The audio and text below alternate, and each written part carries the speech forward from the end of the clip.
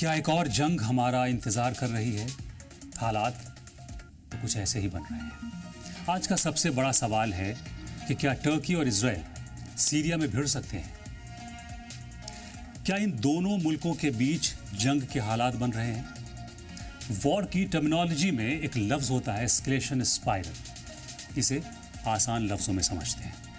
तुर्की की फौज सीरिया में डिप्लॉय होती है, इजराइल खतरा महसूस करता है और फिर इजराइल सीरिया के एयर बेस पर हमला करता है जिसमें टर्की को नुकसान पहुंचता है। टर्की रिटेलिएट करता है और इजराइल उस रिटेलिएशन पर जवाब देता है। इसे ही कहते हैं एस्केलेशन स्पाइरल, जो मुमकिना जंग की तस्वीर है इस वक्त। यानी आने वाले वक्त में इजराइल और टर्की के बीच जंग से इनकार नहीं किया जा सकता और इसीलिए अमेरिका अभी से कम्युनिकेशन और कॉन्फ्लिक्ट को ख़त्म करने की कोशिश कर रहा है। इस पूरी खबर का जियोपॉलिटिकल एनालिसिस करते हैं कि इसका जियोपॉलिटिक्स पर क्या असर होगा।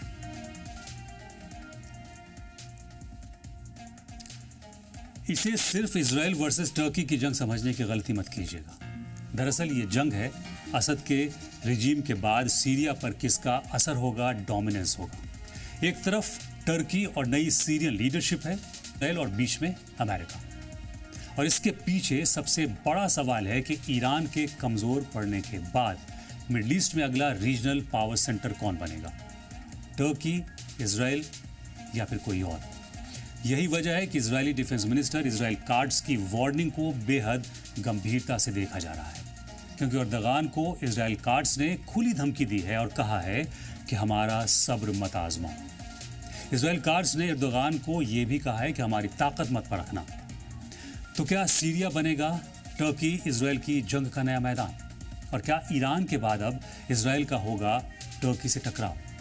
यानी नई जंग का मैदान तैयार हो रहा है।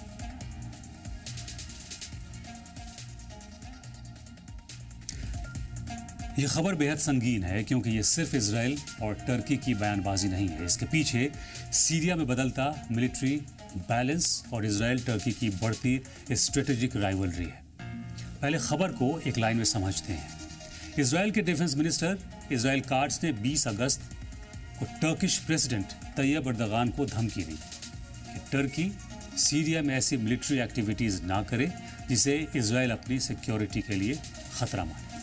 ये बयान 18 अगस्त को सीरिया के अबू अल ज़हूर एयर बेस पर इजरायली एयर स्ट्राइक के बाद आया। तो सवाल यह है कि इजराइल ने सीरिया के एक एयर बेस पर हमला क्यों किया? 18 अगस्त को इजराइल ने नॉर्थ वेस्टर्न सीरिया के अबू अल ज़हूर एयर बेस पर हवाई हमला किया। इजराइल का कहना था कि सीरिया उस बेस पर टर्किश फौजी दस्ते को तैनात करने की तैयारी कर रहा था। इजराइल के मुताबिक ये तैनाती इजराइल की सिक्योरिटी के लिए खतरा हो सकता है। इजराइल के प्राइम मिनिस्टर बेंजामिन नेतन्याहू ने भी कहा कि इजराइल सीरिया में ऐसी टर्किश मिलिट्री की तैनाती को कबूल नहीं करेगा जो इजराइल के लिए खतरा बने।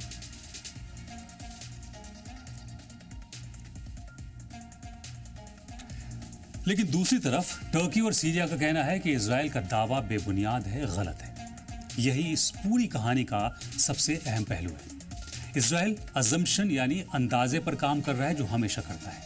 टर्की ने साफ तौर पर कहा कि इजरायली स्ट्राइक के पीछे दिए गए दावे बेबुनियाद हैं। टर्की का कहना है कि सीरिया में उसकी मिलिट्री कोऑपरेशन महज ट्रेनिंग, एक्सपर्टीज और डिफेंस कोऑपरेशन तक महदूद है। सीरिया के फॉरेन मिनिस्टर असद अल शैबानी ने भी कहा कि उस एयरबेस पर परमानेंट टर्किश मिलिट्री बेस बनाने का कोई प्लान नहीं है। उनके मुताबिक सीरिया ने इजराइल को पहले ही इस बारे में जानकारी दी थी, आगाह भी किया था। इसलिए अभी दो बिल्कुल अलग अलग नैरेटिव्स हैं।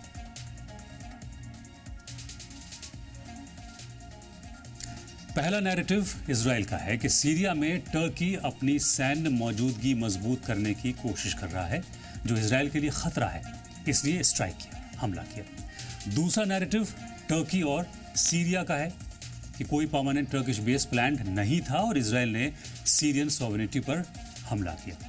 अब इन दोनों नैरेटिव्स के बीच ये जानना भी जरूरी है कि इजराइल को टर्की से इतना खतरा आखिर क्यों है।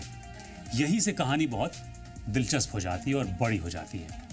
2024 में बशर अल असद की सरकार गिरने के बाद सीरिया का पूरा स्ट्रेटेजिक लैंडस्केप बदल जाता है। नई सीरियन लीडरशिप के साथ टर्की के ताल्लुकात बेहद मजबूत हुए हैं।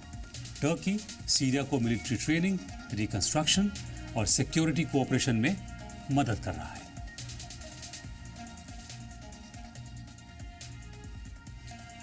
दूसरी तरफ इजराइल का मकसद ये है कि सीरिया इजराइल की सरहदों के करीब ऐसा इलाका न बने जहां ईरान अपना रसूख बढ़ाए, हथियार पहुंचाए या ऐसी फौजी अड्डे या इंफ्रास्ट्रक्चर कायम करे जो मुस्तकबिल में इजराइल की सिक्योरिटी के लिए खतरा बने। अब मसला ये है कि ईरान का इन्फ्लुएंस तो कम हुआ, लेकिन टर्की का इन्फ्लुएंस बढ़ रहा है और इजराइल को डर है कि सीरिया में टर्की एक नया डोमिनेंट मिलिट्री पावर बन सकता है। तो फिर इजराइल और टर्की में सीधे टकराव का खतरा कितना है? इस वक्त यही सबसे बड़ा सवाल है, क्योंकि ईरान के साथ जंग अभी खत्म नहीं हुई है और इजराइल एक और महाज की तैयारी में जुट गया है। अभी से इजराइल टर्की जंग कहना जल्दबाजी होगी, लेकिन जंग के खतरे से इनकार भी नहीं किया जा सकता है, क्योंकि इस वक्त दोनों मुल्कों की मिलिट्री एक्टिविटीज अब एक ही मरकज यानी सीरिया में ओवरलैप कर रही हैं, टकरा रही हैं।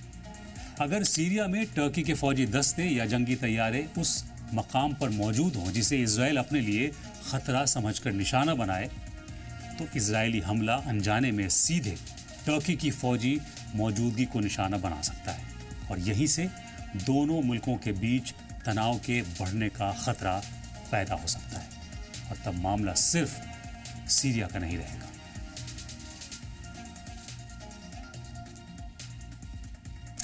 इजराइल के साबिक प्राइम मिनिस्टर एहूद बाराक ने भी बेंजामिन नेतन्याहू की टर्की के साथ जानबूझकर बढ़ाए जा रहे इस तनाव पर सख्त तनकीद की है, उन्हें क्रिटिसाइज किया है।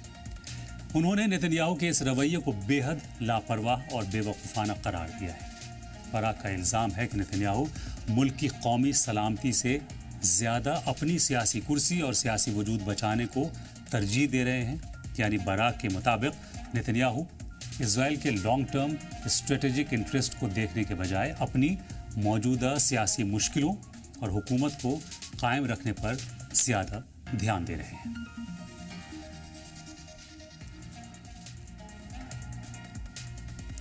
अमेरिका ने भी इस खतरे को संजीदगी से भांप लिया है। सीरिया के लिए अमेरिका के खास नुमाइंदे टॉम बाराक ने कहा है कि वाशिंगटन इजराइल, टर्की और सीरिया के दरमियान एक ऐसा बाहमी ताल्लुक और राब्ते का सिस्टम कायम करने की कोशिश कर रहा है जिसके ज़रिए तीनों मुल्क अपनी अपनी फौजी कार्रवाइयों के बारे में एक दूसरे को पहले से आगाह कर सकें और किसी गलतफहमी या हादसे की वजह से सीधी टकराव की नौबत ना आए।